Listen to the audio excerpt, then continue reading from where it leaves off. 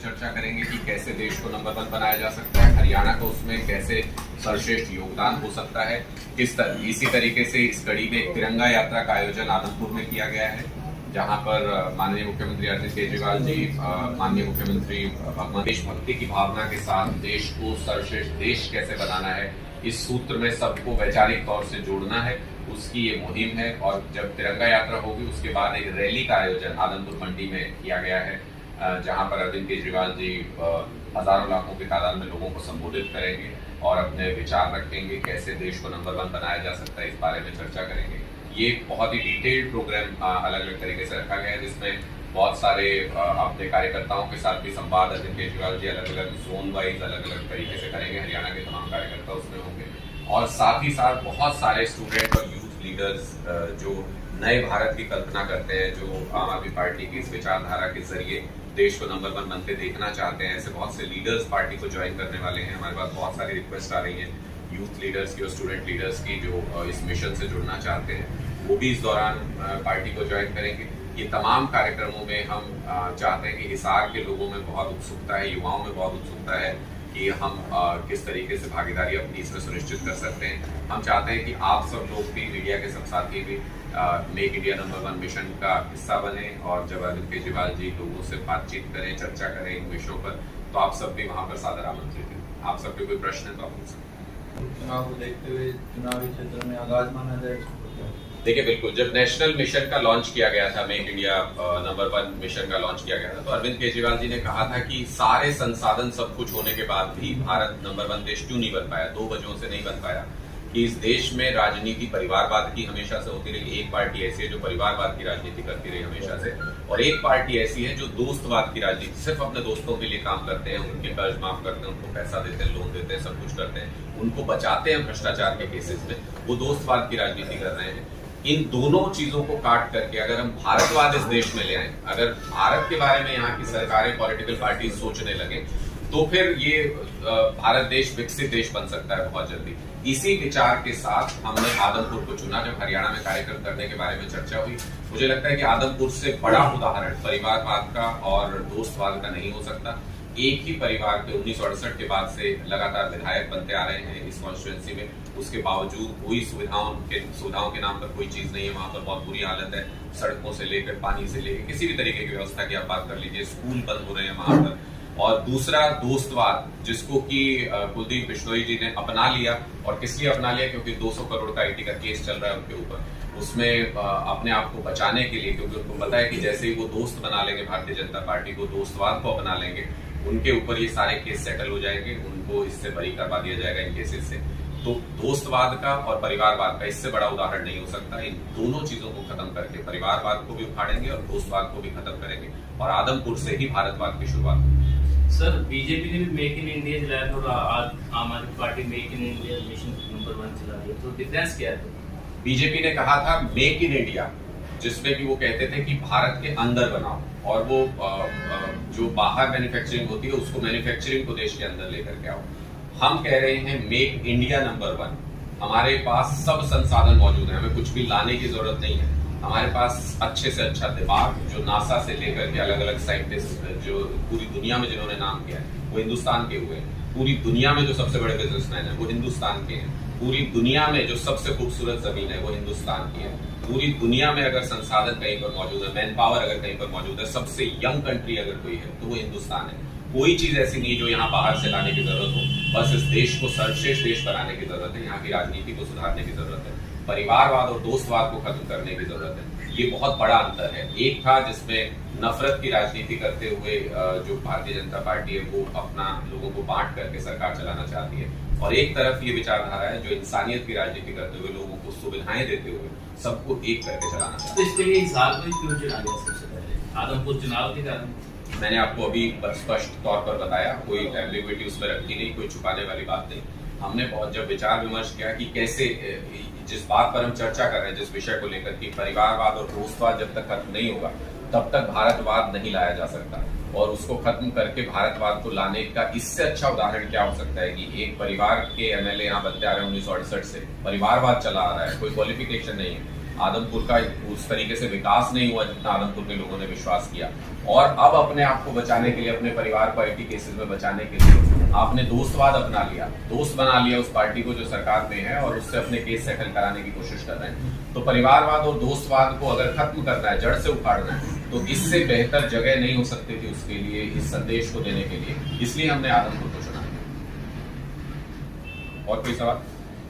क्या रैली के जरिए उम्मीदवार की भी कोई घोषणा हो सकती है, क्योंकि आम आदमी पार्टी पहले से वोट पहले तय कर दी थी, कोई ऐसा कुछ नहीं? देखिए, उम्मीदवार के चयन की आम आदमी पार्टी के अंदर हमेशा एक प्रक्रिया रही है कि हम सर्वे करके लोगों से, इलाके के लोगों से पूछते हैं कि आप किसको अपने यहाँ से नेतृत्व चुनना चाहते हैं, और इसीलिए बड़े बड़े दिग्गजों को मात देने में हमारे कैंडिडेट्स कामयाब होते हैं। जब चुनाव अनाउंस होगा, जब समय आएगा, उचित समय पर हम अपने कैंडिडेट की घोषणा भी करेंगे। लेकिन इतना आज के दिन में जरूर बता सकते हैं कि एक बहुत साफ सुथरी छवि का वो उम्मीदवार होगा, और दूसरा आदमपुर की जमीन से जुड़ा हुआ स्थानीय व्यक्ति होगा और एक आम आदमी होगा, जो बड़े बड़े दिग्गज जो आज तक पॉलिटिकल सेटिंग करके दूसरी पार्टियों में इस सीट को जीतते रहे, उस सेटिंग को डिसरप्ट करके आम आदमी पार्टी के राज यहाँ पर लाने का काम करेगा। और 2024 का संदेश मैं आपको बता दूं, आदमपुर की जमीन से ही निकलेगा, इस उपचुनाव से ही निकलेगा।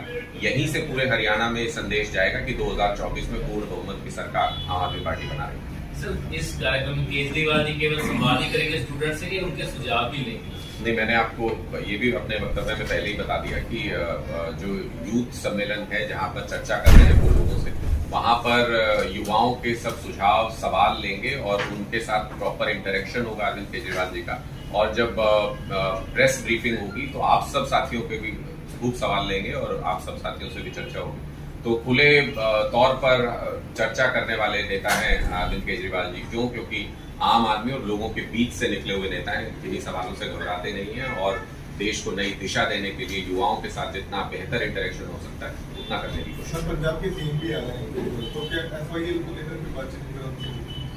देखिए, हरियाणा के अंदर अभी जो पार्टी सरकार में है, उनको तमाम विवादित मुद्दों पर हर तरीके से बातचीत करके उसको सुलझाने का काम करना चाहिए और उस दिशा में उसका समाधान निकाल करके सामने आना चाहिए। लोगों ने उनको वो रिस्पॉन्सिबिलिटी दी है। हरियाणा के अंदर अगर आम आदमी पार्टी को जिम्मेदारी मिलती है तो हम ये विश्वास जरूर दिला सकते हैं कि जो तमाम जो मुद्दे हैं, जो प्रॉब्लमेटिक हैं या जिनकी वजह से विवाद पैदा होता है, उनको हम आपसी बातचीत के जरिए बहुत बेहतर तरीके से सुलझाने का काम करेंगे और लोगों को मूलभूत सुविधाएं उपलब्ध कराने का काम करेंगे, जिसके लिए कि लोग ये कहते हैं कि ये तमाम विवादों पर लड़ते हुए इन तमाम जो पार्टियां हैं, जाति के नाम पर कभी लड़ा देती हैं, कभी धर्म के नाम पर आपस में बहस कराती हैं लोगों की, स्टेट को स्टेट से लड़ा देते हैं, उसके बावजूद भी पिछले 55 साल में हरियाणा का कुछ भला नहीं हुआ। और पिछले 7 साल में, 8 साल में हमने दिल्ली की तस्वीर बदल के रख दी, क्योंकि हम विवादों में यकीन नहीं करते। हम लोगों को मूलभूत सुविधाएं उपलब्ध करा के इस देश को विकसित देश बनाने का सपना लेकर के चल रहे हैं और हम उन मुद्दों पर राजनीति करते हैं। आम आदमी की पॉलिसी थी कि वो चुनाव में नहीं उतरे, तो अब पॉलिसी ऐसे कैसे चेंज?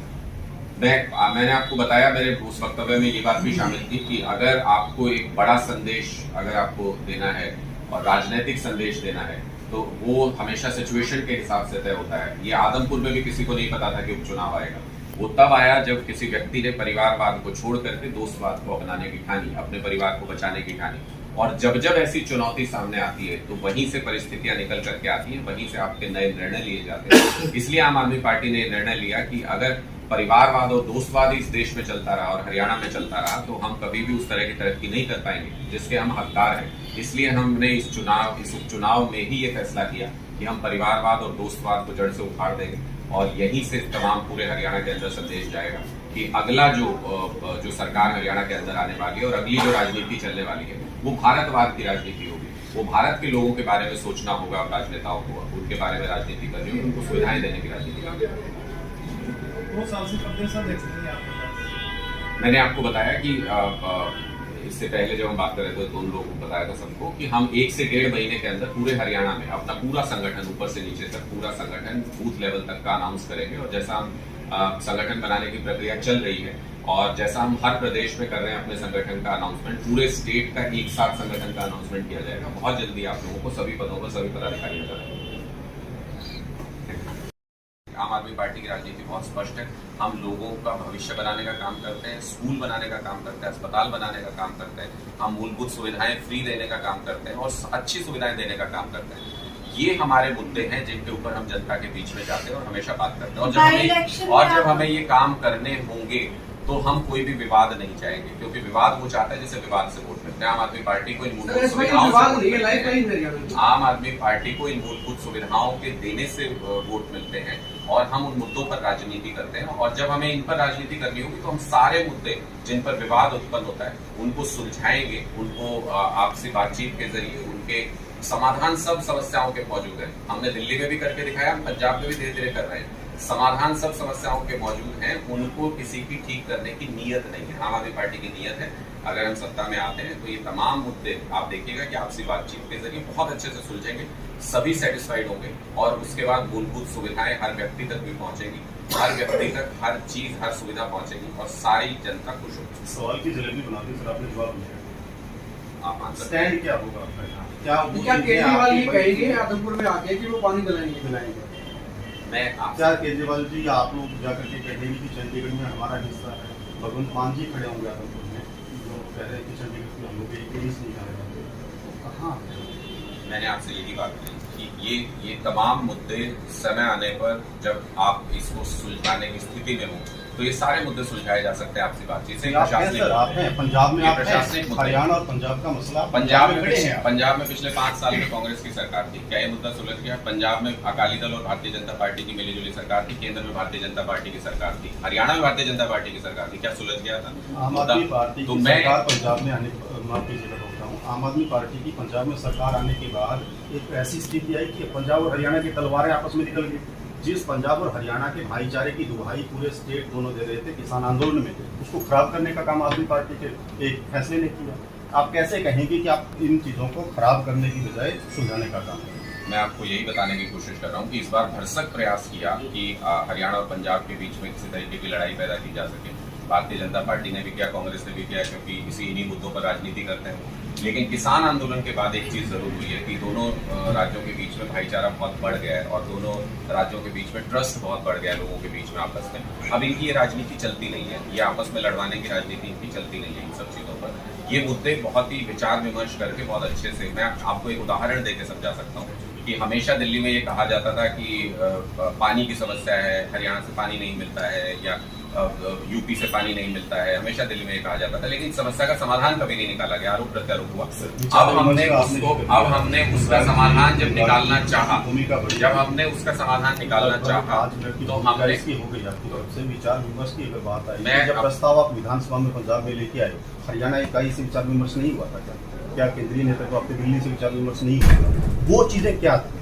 कहीं तो आप या मैं अपनी गलती मानेंगे कि एक स्टेप तो गलत हुआ, उसको ठीक करने का काम करेंगे। अगर आप बोले कि हम लोग सिर्फ ठीक करने का काम करेंगे, वो चीजें तो जस्टिफाई होंगी। जस्टिफाई तो यही होगा कि जनता चाहती है कि ये विवाद नहीं रहे तो विवाद नहीं रहेंगे, ये विवाद सुलझ जाएंगे। जनता चाहती है कि मूलभूत सुविधाएं हमको मिलनी चाहिए।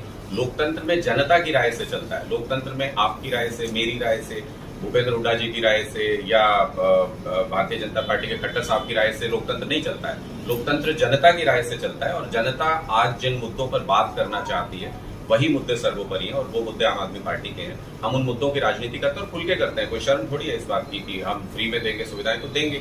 हम जिन मुद्दों पर राजनीति नहीं करते, जिन विवादों में नहीं पड़ते, उनमें नहीं पड़ेंगे। आप मेरे से 50 बार भी प्रश्न पूछेंगे, आप अपनी बात मेरे मुंह में डालना चाहेंगे तो नहीं डाल पाएंगे, क्योंकि मैं ओपिनियन चाहते हैं, क्योंकि अलग अलग हमारा बहुत स्पष्ट ओपिनियन नहीं है, स्पष्ट नहीं है।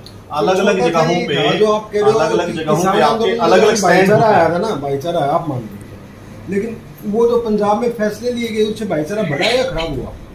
मैं आपको यही बात कह रहा हूँ कि तो वो उस दिशा में काम तो नहीं हो ना। मैं आपको यही बात कह रहा हूँ, वो ट्रस्ट जो तोड़ने का काम भारतीय जनता पार्टी और कांग्रेस करती थी, वो इस बार कर नहीं पाए ना। इतना शोर शराबा मचाया, किसी ने उस बारे में उस बात पर चर्चा की, वो विवाद आगे बढ़ा किसी भी तरीके से। किसी ने जनता में आपने कभी जाके बात की, वो उन मुद्दों के बारे में बात कर रहे हैं उन मुद्दों के बारे में। ये प्रशासनिक मुद्दे हैं जो आपस में बहुत ही विचार विमर्श करके सुलझाने की चीज क्या है। हम इन पर मान आप सकते हैं जितनी कि- आग लगाना चाहें उतनी आग लगाने से देश का और प्रदेश का नुकसान होता है। इनको अगर आपसी सूझबूझ से बैठ करके इनको सुलझाया जाए तभी ये मुद्दे सुलझ सकते हैं। जनता ने 55 साल दिए दोनों पार्टियों को। हम इतना एश्योर कर सकते हैं कि आम आदमी पार्टी को अगर एक मौका मिलेगा तो हम ये सारे विवाद सुलझा सकते हैं। इनको सही तरीके से जनता के हित में ला सकते हैं। क्या हम मान सकते हैं कि पंजाब में आम आदमी पार्टी के एसवाईएल मुद्दे पर विचारधारा अलग है और हरियाणा में अगर सरकार बनती है आम आदमी पार्टी की एसवाईएल के मुद्दे पर विचारधारा अलग होगी? आम आदमी पार्टी की पूरे देश में एक ही विचारधारा है। आम आदमी पार्टी के पूरे देश में एक ही मुद्दे हैं। सर, किसी भी बीजेपी प्रदेश में जाइए, कहीं भी जाइए, कोई फर्क नहीं है। ये फर्क आपको कहाँ देखने को मिलेगा? कांग्रेस के जो हरियाणा के लीडर है वो क्या बोलते हैं, कांग्रेस के जो पंजाब के लीडर है वो क्या बोलते हैं इन्हीं मुद्दों के बारे में? क्या वो राहुल गांधी जी से राय नहीं लेते या राहुल गांधी जी की बात नहीं सुनते? हमारे यहाँ पर ऐसा नहीं है। हम मुद्दों को सुलझाने में विश्वास करते हैं, हम मुद्दों को उलझाए रखने की राजनीति नहीं प्रदेश करते। अध्यक्ष के बारे में क्या है सर? क्या आम आदमी पार्टी आम आदमी पार्टी बहुत जल्दी 1 से 1.5 महीने के अंदर अपने पूरे हरियाणा प्रदेश के संगठन को अनाउंस करेगी और उसमें हर स्तर के हर लीडर को शामिल किया जाएगा। सभी पदों पर हम एक साथ, जैसे हम दूसरे स्टेट्स में करते हैं, हम हरियाणा के अंदर भी अपना पूरा स्ट्रक्चर अनाउंस। बीजेपी का कहना ये है सर कि जन आधार की जरूरत है। अभी 29 मई को कुरुक्षेत्र के अंदर रैली हुई थी, सब कुछ खुल के सामने आ गया था, लोग इकट्ठे नहीं हो पाए थे, बहुत हाई लेवल के ऊपर मीडिया ने भी दिखाया था, वो जितना एक्सपेक्ट किया था उतने लोग ही नहीं आए। जन आधार की जरूरत है अभी। कल कैथल में जेपी नड्डा जी, बीजेपी के सबसे बड़े नेता, मौजूद थे। मुख्यमंत्री हरियाणा सरकार मनोहर लाल खट्टर जी वहां पर मौजूद थे और जिस वक्त बोल रहे थे जेपी नड्डा साहब, सारा पंडाल खाली पड़ा हुआ था। आप सब लोगों ने वो वीडियो देखे होंगे। कुरुक्षेत्र रैली के अंदर बिना किसी टेंट के जून के महीने में जिस तरीके की रैली अरविंद केजरीवाल जी की हुई, ना हरियाणा के इतिहास में पहले कभी हुई और ना आगे कभी होगी। ये मनोहर लाल खट्टर जी कहते हैं कि आम आदमी पार्टी की सिट डाउन पॉलिसी है कि ये बिठा के सबको खिलाना चाहते हैं। हमने उस वक्त भी कहा था कि ये स्टैंड अप रैली थी, ऐसी करके दिखाओ अगर किसी भी पार्टी में हिम्मत है। और अगर आपको जनाधार देखना है, मैं आप सबको पहले भी आमंत्रित कर चुका हूं, आप 8 तारीख को आदमपुर आइए। आपको एहसास होगा कि आम आदमी पार्टी का किस तरीके का जनाधार आदमपुर, हिसार और पूरे हरियाणा में बन चुका है। और उसके बाद आप ये प्रश्न करेंगे तो हम उसका अनुमानित संख्या बल कितना होगा सर? हजारों की तादाद में लोग पूरे हरियाणा से आने को आतुर हैं। हम आम आदमी पार्टी कभी ये नहीं करती है कि हरियाणा से बुलाएंगे, बसें हायर करें। आप हरियाणा, अगर हमारे राष्ट्रीय नेता आ रहे हैं तो क्या हम अपने कार्यकर्ताओं को रोक दें कहीं से आने से? हम नहीं बुला रहे हैं कहीं से। मैं आपको यही बताना चाहता हूँ कि आम आदमी पार्टी अपनी रैलियों में कभी भी भीड़ जुटाती नहीं है। हम अपने एक पैसा अपनी रैली पर खर्च पार्टी की तरफ से नहीं करते हैं। हमारे कार्यकर्ता स्वतः जहां से मोबिलाइज होना चाहते हैं, अगर कोई पदाधिकारी तो पूरे प्रदेश से खैर आते हैं, जब भी राष्ट्रीय नेता आपके पहुंचते हैं तो आएंगे, लेकिन कार्यकर्ता हिसार और आसपास के क्षेत्र में इतना जबरदस्त रुझान है। आप 7 तारीख को भी हिसार की सड़कों पे देखेंगे और 8 तारीख को आदमपुर में देखेंगे। मैं आपसे फिर कह रहा हूं कि खुले दिल से आप आइए रैली में और आप जिस तरीके का जन समुदाय यहाँ पर देखेंगे, जिस तरीके का जन समर्थन देखेंगे, आपको एहसास होगा कि भारतीय जनता पार्टी और कांग्रेस की जमीन नीचे नीचे खिसक चुकी है। वो सिर्फ हवा में बातचीत चल रही है, सिर्फ विवादों के मुद्दे चल रहे हैं, नीचे से राजनीति खत्म हो चुकी है। सर, केजरीवाल और भगवंत मान जी के सिवाय अगर हरियाणा से नेताओं की बात करें आम आदमी पार्टी के, तो कौन किन के आने की संभावना कर रहे हैं? जब हमारे राष्ट्रीय नेता यहाँ पर पहुंच रहे हैं तो आम आदमी पार्टी के तमाम शीर्ष नेतृत्व हरियाणा का जो है वो उन रैली में, उन मीटिंग्स में मौजूद रहेगा जहां भी हमारे शीर्ष नेतृत्व के मुख्यमंत्री दोनों यहाँ पर मौजूद होंगे और यहाँ के लोगों से संवाद करेंगे। एक प्रेस कॉन्फ्रेंस करेंगे जिसमें आप सब साथी सवाल पूछ सकते हैं। उसके बाद यूथ सम्मेलन होगा जिसमें तय मन में प्रश्नों पे पूछ सकते हैं। वो सारे प्रश्नों के अरविंद केजरीवाल जी जवाब देंगे, चर्चा करेंगे। उसके अलावा आदमपुर में एक तिरंगा यात्रा की जाएगी, बहुत शानदार, बहुत भव्य, बहुत बड़ी तिरंगा यात्रा की जाएगी और एक बहुत ही विशाल रैली का आयोजन आदमपुर मंडी में किया गया है अरविंद केजरीवाल जी के लिए। तो ये तमाम कार्यक्रम हैं जिनमें हिसार, आदमपुर, हरियाणा की जनता के साथ सीधे संवाद में अरविंद केजरीवाल जी होंगे और मेक इंडिया नंबर 1 मिशन को कैसे कामयाब करना है, कैसे आगे लेकर के जाना है, उन सब विषयों पर बात करेंगे। सर ये बताइए, तो इसमें आप पार्टी का नया चेहरा होगा या कोई पुराना चेहरा होगा? देखिए, आज इस चीज के लिए जीत निश्चित है। विधायक बनने नहीं लड़ रहे, विधायक तो पहले ही थे। वो परिवारवाद छोड़ करके अब दोस्तवाद के लिए लड़ रहे हैं। अपना 200 करोड़ का आईटी का केस सेटल करने के लिए लड़ रहे हैं, अपने परिवार को बचाने के लिए लड़ रहे हैं। तो अगर परिवार को बचाने के लिए लड़ रहे हैं, लोगों के लिए तो नहीं लड़ रहे ना, तो परिवार को बचाने के लिए लड़ रहे हैं तो परिवार वोट देगा उनको, उनका वोट मिलेगा उनको। लेकिन इस बार आम जनता वोट नहीं देगी उनको, क्योंकि आम जनता वो मूलभूत सुविधाएं चाहती है जो 1968 से लेकर आज तक उनका परिवार वहां पर विधायक रहा। लेकिन आदमपुर में आप जाकर के देखिए किस तरीके से सड़कों पर बड़े बड़े गड्ढे हैं, किस तरीके से सारी व्यवस्था वहां पर लचर हुई पड़ी है। पानी नहीं है स्वच्छ पीने के लिए, लोगों के लिए कोई जन सुविधाएं नहीं। सारे जो स्कूल्स हैं वो बंद हो रहे हैं, सरकारी स्कूल एक एक करके। तो वो सुविधाएं चाहते हैं आवाम लोग और वो ये कहते हैं कि अगर आपको पहले तो वो कहते थे ना कि मुख्यमंत्री बनने का चुनाव लड़ रहा हूं, लेकिन इस बार तो सबको पता है कि विधायक बनने का चुनाव लड़ रहे हैं। तो लोग ये कह रहे हैं कि इस बार हम भी देखते हैं कि आप कैसे पार्टी बदल के हम पर चुनाव थोप करके जीत करके जाते हैं। अपने परिवार के लिए लड़ रहे हैं तो अपने परिवार से वोट लीजिए, जनता इस बार भारतवाद के लिए वोट करेगी। सर, एक जो सोनाली हत्याकांड हुआ है तो उसमें उनकी बेटी सीबीआई जांच की मांग कर रही है, तो क्या कहेंगे? देखिए, बहुत ही शर्मनाक बात है खट्टर सरकार के लिए भी, गोवा सरकार के लिए भी, केंद्र सरकार के लिए भी कि एक मासूम बच्ची ये मांग कर रही है। उसको ये हक है कि अगर स्वर्गीय सोनाली फोगाट जी के साथ कुछ गलत हुआ है, कुछ साजिश हुई है अगर, तो उसका पर्दाफाश होना चाहिए। जिन प्यादों को गिरफ्तार करके सामने किया जा रहा है, उनके पीछे साजिश करता कौन था, फायदा किसको हो रहा था सोनाली फोगाट के इस दुनिया में नहीं रहने से, ये सारी चीजों का पर्दाफाश होना चाहिए। परिवार जिस दिन से मांग कर रहा है, पहले दिन से आम आदमी पार्टी ने पूरे जोर शोर से इस बात को उठाया कि अगर परिवार चाहता है कि ये साजिश बेनकाब होनी चाहिए, साजिश करता पकड़ा जाना चाहिए, आम आदमी पार्टी पूरी ताकत के साथ परिवार के साथ खड़ी है। सीबीआई जांच होनी चाहिए, न्यायिक जांच होनी चाहिए, कोई जस्टिस, सिटिंग जस्टिस होने चाहिए जिनकी अध्यक्षता में कोई कमेटी बने और उनको ये जांच सौंपी जाए। सर, आप लोग दावा जता रहे 2024 में हमारी सरकार बनेगी, तो अभी तक आपका संगठन का विस्तारीकरण भी हुआ ग्रामीण स्तर पर, क्या कहें? देखिए, लगभग 90 विधानसभाओं में हम एक कार्यकर्ता मीटिंग संपन्न कर चुके हैं। एक दौर की और मीटिंग्स होंगी सब जगह पर, और उसके बाद लगभग 1 महीने के अंदर पूरे हरियाणा में एक साथ सभी पदों पर हम अपना संगठन अनाउंस करेंगे, जैसा हम बाकी राज्यों में करते आए हैं अभी तक। और आम आदमी पार्टी का संगठन इस वक्त ग्राम स्तर तक पहुंच चुका है, उसको बूथ स्तर तक ले जाने की कवायद चल रही है। ऐसा संगठन बनाएंगे कि ये दोनों की दोनों पार्टियां, इनको समझ नहीं आएगा कि लोगों से किस तरीके से आम आदमी पार्टी ने कनेक्ट किया और लोगों ने किस तरीके से भारतवाद को अपनाया। इन दोनों पार्टियों को, चाहे वो परिवारवाद वाली पार्टी हो चाहे दोस्तवाद वाली, उखाड़ फेंकेंगे इस बार। ये सर अंतिम सवाल, जो केजरीवाल जी है हरियाणा में, उनको भी मुख्यमंत्री के तौर पे आगे अरविंद केजरीवाल जी दिल्ली के मुख्यमंत्री हैं, हरियाणा के बेटे जरूर हैं, हरियाणा की जमीन से जुड़े हुए हैं और इस नाते से हरियाणा के लोग बहुत प्यार करते हैं उनको। आप उसकी एक तस्वीर, एक नजर देखेंगे जब वो हिसार और आदमपुर में आएंगे तो आप देखेंगे कि कितना प्यार लोगों के बीच में उनके लिए।